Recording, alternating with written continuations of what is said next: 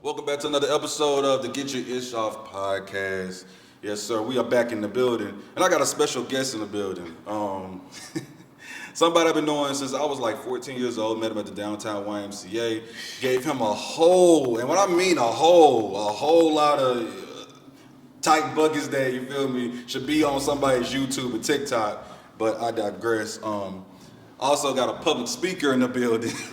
Got a public speaker, Arthur, in the building. A poet. Got a poet in the building. Somebody that is working in education, in the education system. I got Pat in the building. What's up, my boy? It's a great How are intro. you? It's a great intro. Yes, sir. Yes, sir. How are you? We'll fact check that intro later. I'm doing well, bro. I'm blessed. I'm extremely blessed, man. I'm thankful, filled with a lot of gratitude. So thank you for having me. No doubt. I appreciate you pulling up on me. So, before we get into all that, who in the world is Patrick?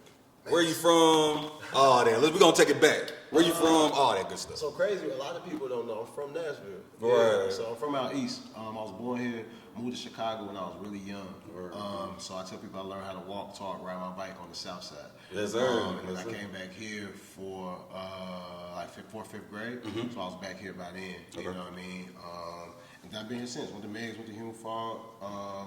Man, went to a good school, high school, but I wasn't focused. So college, I really wasn't like applying myself in that aspect. So like last minute, I ended up going to TSU. Tough. But when I got there, man, I got exposed to like student government, and I was able to like, man, like by my first month in school, I was like traveling to Atlanta, traveling to Memphis, traveling to Indianapolis with the school. So I was exposed to a lot of different stuff, and that's how I really got into like the art of speaking or education was really through like, when I got to college, it was like, yo, student council. I'm like, bro, in high school, student council, lame as hell, like, you know what I mean? But at college, they was like, bro, you be on SGA, they give you suits, they give you money, No and doubt. travel. And I was like, what? I'm signing up for that, you know what I'm saying? So, and then the back end, my biological father, he spent like, you know what I mean, 24 years in prison, and my mother, she struggled with a drug addiction.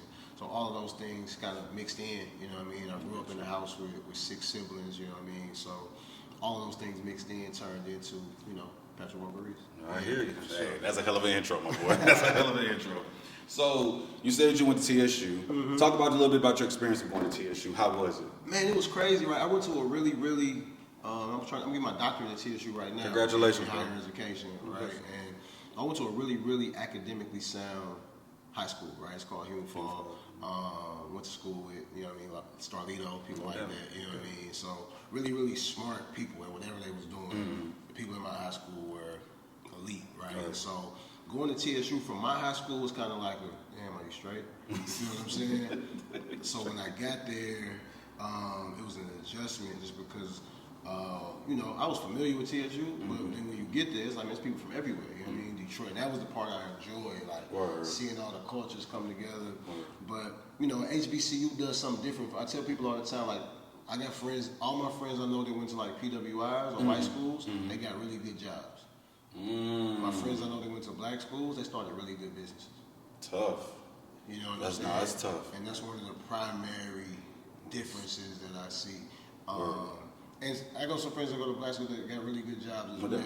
But that entrepreneur spirit that I saw, I still see that uniquely permeate through the HBCU grads in a way that I don't see it in other places. And that's it. I'm so glad you said it because not saying that it's not said, but I don't hear that a lot, that people who go to HBCU start businesses. So I'm really glad you said that on the platform.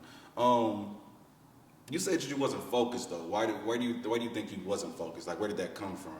Man, it's probably At the time. It's probably based around the work I do now. So now I got a company called Aspire.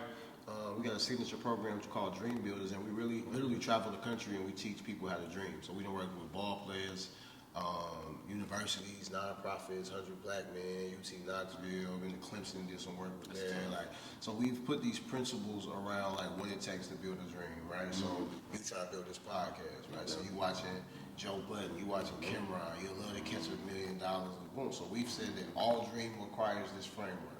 Okay. Vision, passion, and strength. Start there. Okay. What do I want to do? Why do I want to do it? What tools do I have, right? And then we go connection, navigation, imagination, right? Connecting to the people that can make it bigger, navigating the road on the way, and then using your imagination to see, like, if it all go right, how far could this go, right? And so we teach those principles across the country in various platforms. So to your question, why wasn't I focused? I think it's the same reason most people aren't focused, because they can't connect what they're doing now to the end. Word. You understand what I'm saying? No, that's real. So I'm in school, I'm taking pre-calculus, I'm taking people taking AP government, and they're so driven because they're like, yo, I want to be a doctor, I want to be a lawyer. Right. I'm like, I want to be Derrick Rose. You know what I'm saying? Like, I want to be the man. No doubt, yeah, no doubt. AP biology isn't helping. You feel what I'm saying? And so I took this notion all the way into like maybe sophomore, junior year of college before I really had a clear direction. Gotcha. And then I started meeting other people that was the same way. But at the same time, I had some really good friends that was making a hell of a lot of money because they had figured it out. They was entrepreneurs. Tough. And so I was trying to combine those things. And I was about 26. I started my own company. So then I was able to start kind of figuring some things out. What is the toughest part of being an entrepreneur that people may not even think of? That like people don't consider? Like, yeah, you're gonna run into this, but it isn't widely discussed. There's so many tough parts. I think the hardest part though probably is the conversations you have to have with yourself.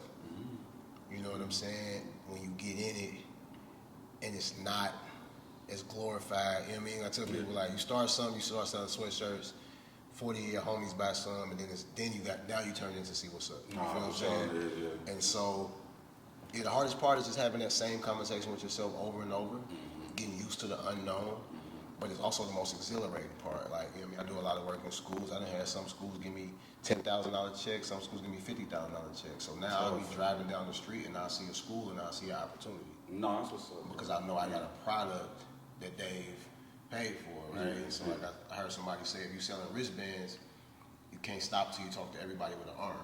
You know what I'm saying? That's crazy. I like that. So to me, I'm like, man, if a school gave me a bag, every time I see a school, I see an opportunity. Entrepreneurialism is you waking up seeing excitement and like, man, there's 25 schools in my city I never even talked to.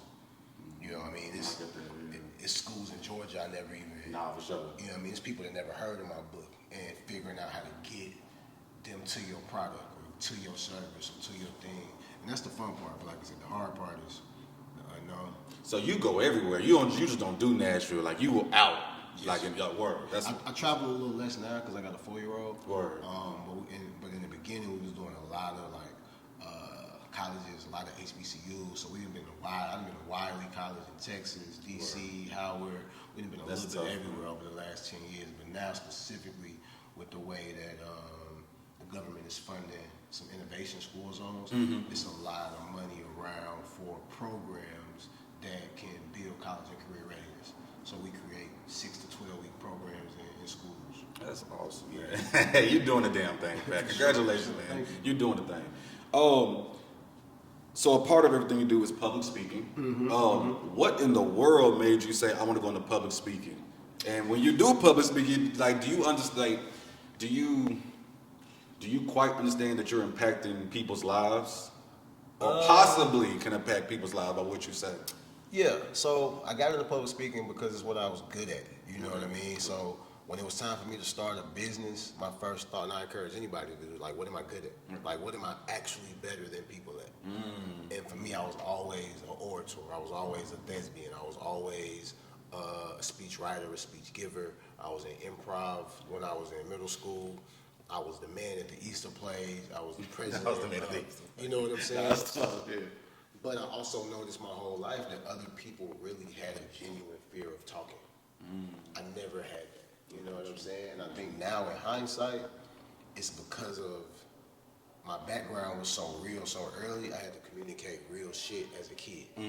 So I was always talking, you know what I'm saying? I remember my mom sending me to the store, like, to get cigarettes and chips. I had to be 3 or 4, 5, maybe. I thought. Just so you can get some cigs? Really? Younger than that, you know what I'm saying? Yeah, for sure. And so I'm knowing I'm communicating. In hindsight, I'm knowing I'm communicating at a high level. You feel what I'm saying? So maybe that's why. But I knew I did that well.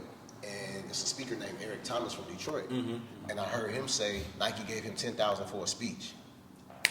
And instantly I was like... You was like, I'm ready to go. Because I had already been SGA president, so I had been giving speeches. Right. I had been seeing people like I'll go give a tour for somebody coming to college. And then 2 years later, they hit me like, bro, you gave a speech, and I came here because of that.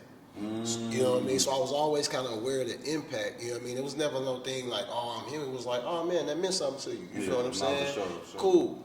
But then I'm like, are they paying people for saying stuff that means something to people? I'm gonna get on this. Now let me figure out the hustle of it. You feel what I'm saying? And then it became, okay, get registered as a vendor. Okay, build a curriculum. Okay, write a book. Because it's a business around getting people to give you $10,000 to talk. That's the part I didn't know. That's crazy. Yeah. Damn, Pat. Damn, Pat. You see, but it's the same with the podcast game, for right? sure. Like, For it's sure. a lot of people doing it, a lot of people playing with it, but it's a business around Tell me. creating this content in a way that somebody gonna say, man, that conversation you had with Pat was so valuable, we're gonna give you 60, 70,000 to recreate that. You know what I'm saying? Lord, please, Lord. You know what I I see mean? what you've done for others. Please. Tight, right? For sure. So, and I'm not trying to be all over the place, but I want to make sure I highlight this because it just happened. For sure. TSU homecoming. Come on. Was last weekend, week before last, something like that. You're a TSU grad and getting your doctorate. Yeah. So for the past couple of years, all we hear is the negativity around TSU homecoming, the shootings, the YNs being YNs, all that. Yep. This year, just me, I heard no negativity. So for somebody who's graduated and graduating again, what does that mean to you? What does TSU homecoming mean to you? Outside of the turn up, obviously. TSU homecoming is everything to Nashville. Yeah. You know what I'm saying? Like, and it's always been everything to Nashville. No doubt. So much so, even in the school system, Friday at TSU homecoming is the most called out day in the history of Metro education. Listen, I wish I could have. And they've even positioned it now where school doesn't. Yeah, we weren't in. We weren't because they understand that, right? And so TSU homecoming, spiritually, economically, and culturally, has always been a big thing. I don't get too caught up in the media's portrayal of it because I understand whatever we see on the media is marketing for something else. So even all the stuff they had last year, I knew that conversation was around changing the way that we tailgated. More than it was around whatever really happened, yeah. You understand what I'm I saying? get that, no doubt. And so the people on the inside of it, the family aspect, the people that have experienced HBCU culture, you know what I mean? It's no different, like I told people. And I talked about this in my doctoral class, right? Yeah. We as an HBCU community have to spend our capital during that time in a way that makes the city respect us, right? I tell people, like, when Vanderbilt beat Alabama, the city escorted them downtown to throw that goalpost in. Say that again. They escorted them. You see what I'm saying? So now the role of the police switches, right? When we look at home, it's like, oh, no, in that situation, they got a call. Hey, y'all make sure no one bothers those kids as they go throw this metal pole in the river, right? But why? Because beating Alabama is going to create a downfall of economic resources for that school, for that street, and for this city. You feel what I'm saying? No, I agree. Us playing Howard this year was the first time on the black side in a while that we've had an opponent that meant that much to the city to do this. You see what I'm saying? Absolutely. No different than on that side. But again, the same day we playing Howard, they playing LSU. You know what I'm saying? No doubt. The next week, college game day is at Vanderbilt, right? And so in my doctoral class, I talk a lot about the dichotomy between sports and how it drives educational institutions and the economic development in that city. You know what I mean? Sure. And so I think that was just a cool weekend. But I think now it was so beneficial that even if there were things that happened, it wasn't beneficial to the city to report it. No, because the narrative doesn't fit what they want. Because you got Pandora here, you got Jeezy here, you got State Farm in the middle of, regardless. No doubt. You know what I'm saying? Yeah, like, the city has to help that stuff happen on the campus, right? So we want to tell Pandora, like, y'all did all that and somebody got, but that's on us to make sure that we create an economic system that's big enough to cover some of our flaws.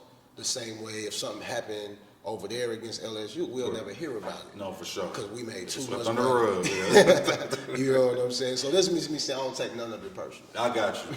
I hear that. All right, so you was a poet, man. I did not know you was a poet. I know some other things about you. What made you get into poetry? Hip hop, bro. You know what I mean? I grew up on the south side of Chicago, right? Like, It was somebody from the shop that was ill, had a deal on the hottest rap label around. Nice. He wasn't talking about coke and birds. It's more like, you know what I'm saying? No doubt. We grew up on that and Fabulous. You know what I mean? You the one, baby girl. You never been so pure. Your skin so pure. The type men go for. The type you drive to been slow for. You know what I mean? Or Hove. You know what I mean? And so it was like we grew up on words and lyrics, and I was even when I was a kid, bro. Dr. Seuss was my shit. You know what I'm saying? Like I was always fascinated with words going together that way. Mm-hmm. And so during the pandemic, you know, when I didn't have anything else to do, I started to really write and put my emotions down that way. You know what I mean? Started to share it with some of my friends, and then it was just like more the hustle side, like, man, how we turn this into a stream of income. Word. Start doing some shows, start getting some traction. And so now I'm like, you know, drop a project every year, do a show. Working on this concept. It's a book I was reading. It's a concept called like 1,000 fans. You feel what I'm saying? Like, if you get 1,000 people to fuck with you, you can get anything going. What you say is if you get 1,000 people to fuck with you, you can get anything going. Anything going. I'm gonna use that. You see what I'm saying? Thank you. So even in this, like as you go out, like yo, even if you tell people, like, so imagine you went to somebody today, like, look, I need 1,000 fans. I need 1,000 subscribers. Right. I just need you to be subscriber one. You go get some stickers, some cards, and every time somebody subscribe, right there, you give them to them. Like, man, use my 4th subscriber. For sure. And then once you get that 1,000, you take everything you doing to that 1,000. Hey, what up, y'all? I just interviewed Patrick Walker Reese. Woo, woo, woo. You feel what I'm saying? Sure. And that 1,000. Tell somebody and tell somebody and tell somebody. But even if you only get that 1,000, if that 1,000 spend $100 a year with you, you know it. You see what I'm saying? Absolutely. So I had a partner. He like, yeah, if I'm trying to get 1,000 people to send $1,000 every year. That might mean they bought a shirt, they bought a journal, they bought a. You feel what I'm saying? For sure. So that's how I approach my poetry show. I've been selling out the National Museum of African American Music, about 190 tickets. You know what I mean? And off that 190 tickets, we built a cool little poetry community, so I'm just gonna keep growing it. That's awesome, Pat. Sure, yeah. That's awesome. So, what I'm entrepreneur and all this, you have hustler spirit, is what I call it. You have a hustler spirit, a hustler's grind. Can you just talk about that briefly? Like, you can't be who you are without wanting to go grind for this, without getting like less sleep. Yeah. You know what I'm saying? Like, just talk about what it really means to be a hustler. So, you know how everybody be like, I'm him? You know what I'm saying? I tell people like, this is and I mean this in the humblest way possible, bro. I tell people like, the difference is, I think I'm one of them. I think I'm him, and I think everybody know it. I think I'm him, and you think everybody knows. Yeah, like, yes, sir. Even for example, like when I first used to start coming to hoop at the Y, people be like, what Pat doing down here? They're right. You feel what I'm saying? But I tell you that, like, no matter who you are, people are gonna tell you when you out of pocket, when you in pocket, because the world expects. You feel what I'm saying? Like, I ain't know he could hoop. I ain't know he could woo woo. But I take all that as like admiration. I listen to people's perspective. Like I tell people, when you got your friend, like you go to your family, you're like, man, what's up, man? You Hollywood now? You a celebrity? It's like, ha, thank you. Thank you. Because I hear what you're saying. Word. You see what I'm saying? Like, I didn't do nothing Hollywood. You're just perceiving my work with elevation. And you don't know how to say it. You see what I'm saying? Tough. Like, no different than when I see you, like, what's up, man? Got your little shoestrings in, bro.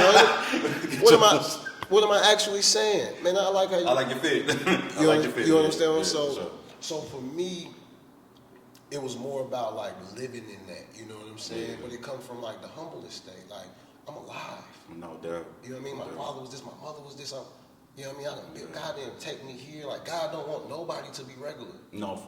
You see what I'm saying? Really. So me saying I'm him don't stop you from being him. Yeah. But the difference between me and you is I know you don't believe it like I do. You see what I'm saying? Shit. And so this ain't about like you being more handsome or you having more money or you having more none of that. I'm talking about like your confidence is built different. Man. That's all it is. Your confidence. Come on, your man. confidence literally at an elite level. To the point where I want to give you some. Yeah. You see what I'm saying? And not in the confidence way like oh it's like, man, I know what he doing for me because I done been through it. No doubt. It's been times where I done prayed and he done answered me right there on the spot. Absolutely. And so it's like, man, I tell people the belief is as strong as the believer. No doubt. And so it's like, man, the way that I'm believing, you know what I mean? Yeah. And so that's the part that you have to make anything magical. But the part that stops people is they don't like how other people look at them when they talk like that. Or when they move like that. Yeah. You know what I'm The saying? eyes, the The judgments, eyes, the oohs, yeah. and then, but it's not until you hit a really low spot and you be like, oh my God, I did all of this worried about them and can't none of them help me if they wanted to. Literally. You feel what I'm saying? They just, it's back noise. Whole bunch of back noise. And then you be like, so when I'm at my lowest, the only person who can get me out of here is me. And God. Right? And God, yeah. And then become synonymous at your low point. Right. You feel what I'm saying? Because he talk to you, you turn it into action. Mm-hmm. So at my high point, I'm gonna live in that same space. You feel what I'm saying? Yeah, you getting your bars. You came on the pod to get your shit out today. Man, you asking the right questions, I guess, man. So, how do I frame this? Because you work with children, you inspire children to be better than you. For sure. You know what I'm saying? I know that's a part of, and some people don't know this, but I'm a teacher as well. Yeah. You know what I'm saying? Damn, how do I say this without getting in trouble? Where do you see our children headed? Where do you see the biggest points that we need to pick them up at as black men in the community? Like, we have a responsibility to them, even though they're not our kids, quote unquote, but I do feel like we have a responsibility. And I know you feel the same. So I think it's a gift and a curse, man. Every day I see kids that shock me exponentially on how amazing they are. Tough. On how they've taken in this information age and used it to develop ideas, potentials, or voices that we never had. At the same time, I also watch the same influences that we struggle with be magnified and take our kids down, right? Yeah. And so, like I tell people, I'm not mad at, I use Lil Wayne as an example, right? I'm coming up 98, 99, 2000, right? Absolutely. We dressing like Wayne. Absolutely. That just was a different dress. It was a white tee, it was camos, it was baggy shoes, it was a bandana. 10 years fast forward, truck fit. They dressing like Wayne. Right. Now it's Lil Pants, skateboarders. I ain't dressing like Wayne no more. Now Right. I'm dressing like somebody else. Right. You feel what I'm saying? Absolutely. In today's world, especially in education, we as adults act like those influences weren't the influences when we were young. Right. You know Absolutely. what I'm saying? No, absolutely, I agree. We rushing home to watch 106. It's just now you got Dirk, you got NBA. So most of these kids are mimicking the same thing we were mimicking. No doubt. It just got worse what they were mimicking. It was Right, like, no, some right. people are always mimicking NWA. You know what I mean? People was always mimicking, you know what I'm saying? Absolutely. And so even now when you walk into a school, and people think I'm joking, but as an educator, you can walk into a class now with social media, and you can tell which version of this story this kid has picked. Yeah. You like, oh, he's Rod Wave. He's Dirk. That's NBA. She's, you feel what I'm saying? That's Glorilla. But this is the first time in history where adults are mirroring the same characters as children. Can you explain just a tad bit what you mean by that? So this is the first time in history where a grown-up and a 14-year-old might have on the same fit, you listening to the same Yeah, okay, got you. So it's been so many times when you sit in the meeting talking to a little boy, you can tell he NBA young boy in his head. And then his daddy come in with the same shit on, fit. yeah. So it's And like an example, yeah. Okay. Yeah. This is where we at with it. Y'all rode to school listening to this together. No doubt. And this has become his truth. When we was young, there was still some separation. Absolutely, no doubt. You feel what I'm saying? But the power of music, hip hop access has changed. You feel what I'm saying? Absolutely. We came from like, you couldn't CD players, trying to listen to them in the home. And then it got easier and easier and easier and easier and easier. So now we listen to a song too much, the CD scratch. Right. They can listen to it, you know what I mean? So the influences are getting bigger, right? And so, but on the same regard, you got young people getting rich, you got Casanaz, you got, you know what I mean? So I tell them you living in the best era ever. Why? Whenever somebody say the world is bad, I say this all the time. All over the world, all over the country, people get into a stranger's car with no money and get where they going safely more times than not. No doubt. Every day. No doubt. You know what I'm saying? No, I get you, yeah. Every day I call a stranger on the app. They show up at my house. I get in the car. I give them no money physically, and I get out safely. I've never had an issue. That's tough. That car has never pulled up in front of my house, and I say, damn, he white, I ain't getting in. Never. Nobody's ever pulled up and been like, are you gay or not? And not let me in. Right. You understand what I'm saying? No doubt. Yeah, I got you. Yeah. No matter what was going on, nobody ever stopped me to ask me, was I Jewish or not? No doubt. You understand what I'm saying? So even in the midst of all of this, I tell people, man, y'all live in a time where, yes, there is things going on, but you can go to your phone right now, order a pizza, whether you black, white, green, yellow, Jewish, Hindu, am I pulling up? Exactly. It wasn't always that way. Nope. I get in the car with Uber drivers, and a white man might be driving me. I say, yeah, the world is different. But 40, 50 years ago, what we're doing right now was for real illegal. Yeah, literally. People would be trying to kill you for driving a black man around Nashville, Tennessee. Right? So don't never feed into the narrative that it's getting that bad. We just have more eyes on things that On are everything, yeah. there. Everything's more accessible. And so if you look at it the right way, it's as many opportunities out there as it is. So that's the message that I try to get at kids. Like, yeah, it's harder to go to the league, but I never knew what Jordan House looked like. Right. You get to follow LeBron whole play. Like, I didn't know what time Jordan was waking up. No doubt. You can log in and do You can whatever do it. LeBron doing. If he's doing 60 million push-ups, do them. You know what I mean? No So it's doubt. gifts and curse out there, man. I feel that. I feel that. Let's do it. I just want to say, do you want to talk? You said you have a 4-year-old. Are you comfortable talking? Yeah, for sure. Thank you. You have a 4-year-old. You're a dad. Patterson. Patterson. That's his name, Patterson. Yeah. Man, listen, congratulations. Thank you. I didn't know that. How was it being a dad, man? It's the For you? best.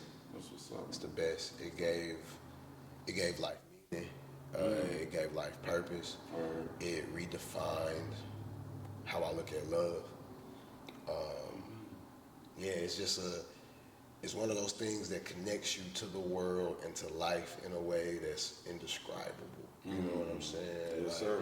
I got to tie my daughter was born tatted on my leg. You feel what I'm saying? Because it was one of those moments where it was like I heard God talk to me and be like, "You where you supposed to be?" Like it's one of them things where like if I questioned whatever was going on in my life at that moment in that time, I knew I was exactly where I was supposed to be. You feel what I'm saying? And so then it was like, okay, whatever you do after that is on you. You know what I mean? And I think in life you get a couple of them moments. Yeah. You know what I'm saying? You get Crossroads. You get a couple moments to like really be present on where your feet are and ask yourself like, am I where I'm supposed to be? You know what I mean? I agree. And it's a really good feeling when you can have that talk and despite whatever's good or bad in your life, you like, I'm where I'm supposed to be and I can deal with whatever. Now, there's a lot of ups and downs to it, you feel what I'm saying? But fatherhood just helps you tackle it different. And I'm in the first quarter of this thing. I'm in the first quarter of this thing. You want any more kids, or just life happens? So. I would love to have some more kids, man. I would love to have a son. Word. You know what I'm saying? But I'm also I'm very intentional with how I do this thing. You know what I'm saying? Right now, like in the time that I spend, so I understand that there's give and take. You know what I mean? So where there's give, there has to be take. Absolutely. And so I'm in no rush to do either. You good where you at? You good where you at? Sure. Yeah. So I started the pod on straight BS, and I said I gave you buckets. Yeah. Like that. Yeah. Do you remember when I gave you buckets? Do you remember? Like you gave me personally I buckets? gave you buckets. You had a great day? I mean the greatest. On me. On you. Tell me about it. Tell me about it. So I don't. And did y'all win? Damn, did we win? You see how it get? Damn, did we win? Damn. But I do love this, right? Because the YMCA was a big part of I grew up at the East Y, the downtown Y. I've been playing. I tell you, I've been playing with some of the same guys for 4-5 years. Absolutely. My little brother, he my videographer. I used to come home and tell him the stories. Like, bro, I'd be like, bro, I hit a nigga with one today. You know what I mean? Like, I might have had a game winner. He like, bro, you capping, bro. I'm like, I swear, bro, it go down. Like, we really be hooping. So every now and then we'll run into somebody from the Y, No doubt. and they'll validate some of these battles. You know what I mean? So you might have had a day. Like, he I think I had a good day. He Or can a good hoop. little hour. Let's get a good little hour. He don't look like he can hoop, but he can hoop. But please don't let it be remiss, bro. Everybody know, make or miss. If it's a game point, I'm shooting. I'm coming off the high screen. I'm pulling up off the elbow. And I'm three. pulling the fuck. And if I hit it, just be ready, bro. I'm going full Lou Will, Russell Westbrook, cash money. Like, if I hit it, just know I can. No, and listen, he's not lying. I swear to God, I can actually validate. If it's game point, Pat is shooting this So shit. no, true story. I'm so Pat Bev in the gym that a man came up to me after 2 years and was like, bro, I thought they was calling you Patrick because you play like Pat Bev. That's crazy. I'm like, no, they call me Patrick because that's my name, bro. You know what I'm saying? Like, but that's me, bro. If I'm game winner, bro, I'm going Pat Bev on the scoreboard, shirt off Minnesota, every time. Every time, bro. So don't let me. And again, like I'm 10 years older than these guys when we're doing this. So I'm telling them, like, you know what I mean? You better hope in your late 40s you still got some game winners in you. Nah, for sure. Because they get few and far between. That Hookah and Casamigos hitting these young guys different than it was hitting me. You feel what I'm saying? They don't tell you that part. That I'm 10 years they senior going off the game winners, man. My bad, bro. You silly as hell. So this is my last question. I'm gonna get you up out of here, dog. For sure. With everything that you've been through, and I'm talking about, you know, coming from Nashville, Chicago, back here. For sure. What's something that you currently would tell Patrick that is 14, 15, 16-ish? Think bigger. Think bigger. Yeah. I was in Chicago about a year ago, and I went to the Sears Tower. And I don't even remember going as a kid, but I went back as an adult, did the whole tourist thing, sitting in a little box. Yeah. And I remember being on the top floor, one of the top floors, maybe floor like 118 or something crazy like that. Now I remember thinking like, I can't fathom how they build something like this. Right. Like I can't visualize how you build a skyscraper. Yeah. 119. And it was a scary thought because I'm like, wow, I have to grow to. This is somebody's reality. Somebody owns this. Right. Somebody builds these all the time. Absolutely. And there's bigger ones. And I can't. Even now, I can't.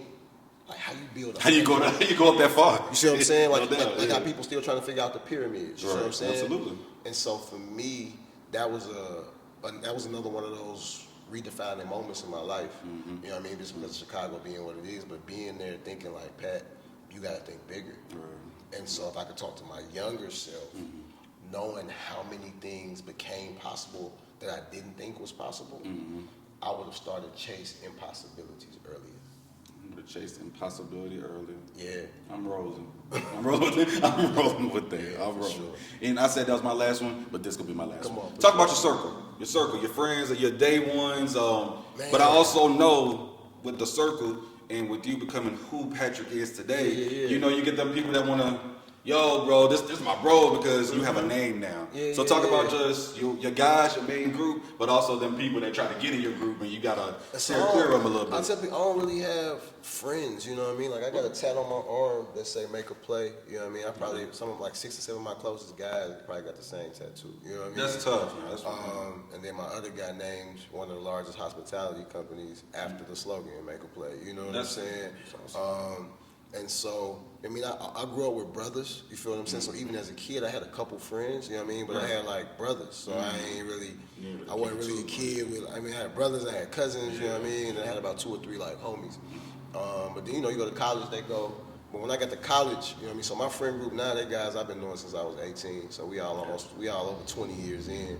But it was entrepreneurs early, you know what I mean? In the nightclub business, throwing parties, owning restaurants. And so even before I was an entrepreneur, I understood that they used time and they had a different relationship with time and money. Right.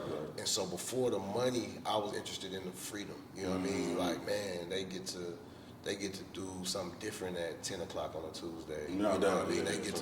They get to go on vacation a little longer when it's time. Yeah, but granted, they had some 3, 4 o'clock in the morning nights when I'm asleep. You know what I mean? There was times when I was getting checks and they wasn't because, you know what I mean, entrepreneurialism is different, you know what I mean? But my circle means the world to me. I don't think too much. I tell people, like, people use the word friend a lot. I be saying, like, if them people got kids and you don't know their kids, them people ain't your friend.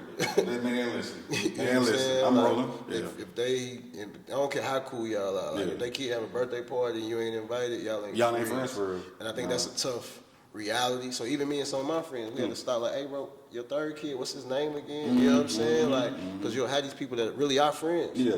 And y'all start missing some of the important points. Right. You feel what I'm saying? Because life be life. Yeah. And then also got like line brothers, right? And so you got pockets of people in your life, you know what I Right. mean? But like my friend group and the people I call friends, we all 20, 25. And like I said, I got 3 or 4 guys from like high school that we, you know, I'll be 30 years in, 30, That's 25 years in. So for That's sure. tough. But the people you surround yourself with is it's the most important. You know what I mean? When I fully jumped into entrepreneurialism, the thing I realized was when I didn't have nothing, I picked up the phone and leaned on years worth of relationships. I was able to find 100, 200,000 in relationships. You know what I mean? Right. And so now I got to work on building $1 million worth of relationships. Like the money is in the relationships. Money is in the relationship. You hear that all the time. No, yeah, for sure. But I tell people like if you lose everything right now, the first thing you're gonna do is pick up your phone and call somebody you got a relationship with. Absolutely. And so when you up, spend that same energy in them relationships. Yeah. You feel Don't what just I'm do it saying? when you're down. Yeah. You know what I mean? Yeah. Because it's like when you down, we go to what works. Yeah, for sure. When you up, you get to try. This is like hooping, right? Yeah, for sure. If you down 15, You gonna know what? Yeah, you gonna man, get to it. You gonna get straight to it. You You gonna get straight to hustling. it. Yeah. You gonna get the ball, boom. Absolutely. You get up 20. Now you wanna throw it off the board and all that. You feel what I'm saying? Behind the backs. Which is cool. Yeah. But again, like if the longer you can treat up like down, you'll never go down again. No doubt. No, that's real. You see No, what that's I'm real. saying? Yeah, So it's yeah. like, boom. If your coach say showboat when you get up 20, let's get up 30. Then I'm gonna throw this bitch from half court. You feel what I'm saying? No, I feel you. Same thing with relationships. Like, man, hey, I had a great quarter, man. Let's go get something to eat. You know what I'm saying? You know, I mean, I had a tough quarter. You got any extra work? You feel what No, I'm saying? that's real. Yeah, It yeah. Kind of, so the relationships are everything, bro. Wow. Y'all, that's Pat Walker. Pat Walker's in the building. Man, thank you, my I brother. appreciate you for coming on. This is the Get Your Ish Off Podcast, episode 5. I gave this nigga a lot of buckets. I don't care what he say. I gave him a lot of buckets. We're out of here. We appreciate y'all. What's up, everybody? It's your My boy boy. Marco, and I got a new podcast coming to your YouTube, your Spotify, and your Apple called the Get Your Ish Off Podcast. It's going to be an interview podcast. It's going to be me solo interviewing the best people from Nashville, your entrepreneurs, your trappers, your basketball players, your rappers, man. So tap in with me. Y'all know the vibes.